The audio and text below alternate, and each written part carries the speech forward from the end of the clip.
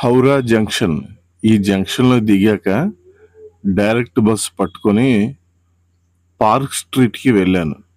మామూలుగా ఇక్కడ నుంచి టూరిజం ప్లేస్కి వెళ్ళొచ్చు. బట్ పార్క్ స్ట్రీట్ ఏంటంటే జోరాసంకోతో పాటు మిగిలిన టూరిజం ప్లేసులు కూడా అన్నీ కొంచెం దగ్గరలోనే ఉంటాయి. ఈ హడిబిడి బతుకులు నిలబడ్డానికి కూడా చోటు ఉండదు. ఒక నిమిషం బయట నిలబడ్డామంటే గుద్దుకుంటూ వెళ్ళిపోతారు అనమాట. అది జాగ్రత్త చూసుకోండి. మొత్తానికి రూమ్ వెంటనే తీసుకున్నాను. పాతకాలం రాజుల కాలం లాంటి పద్ధతిలో మంచి బెడ్, తిరుగుతున్న ఫ్యాను, శబ్దం చేయనటువంటి ఏసీ అన్నీ నాకు కేవలం 1000 రూపాయలకే దొరికాయి. అన్నీ పనిచేస్తున్నాయి. బాత్రూమ్లు, బెడ్ సూపర్గా ఉన్నాయి.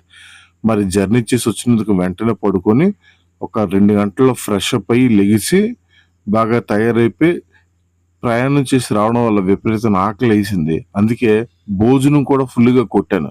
పెద్దగా ఏమీ టేస్ట్ లేదు, అయినా అడ్జస్ట్ అయిపోయాను మీల్స్కి. తిన్న వెంటనే మళ్ళీ బయటికి పరిగెట్టాను.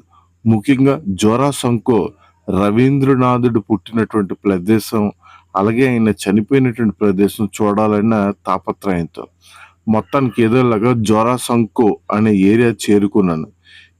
దిగడంతో స్ట్రైట్గా నడిచాక ఇలాంటి ఆర్చ్ ఒకటి వచ్చింది.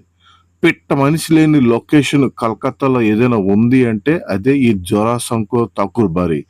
50 రూపాయలు ఎంట్రీ టికెట్, మరో 50 రూపాయలు ఫోటోలు తీయడానికి. సుఖంగా తీసుకునేం లేదు వీడియోలు ఏవైనా.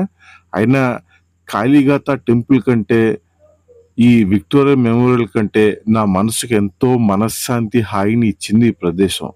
ఫోటోలు వీడియోలు ఇన్సైడ్ అవ్వలేదు. విపరీతమైన స్ట్రిక్ట్గా రూల్స్ ఫాలో అయ్యారు. కానీ దయచేసి ఈ జోరాసంకోని మాత్రం ఒకసారి సందర్శించండి రవీంద్రనాథుడి కోసం. Thank you.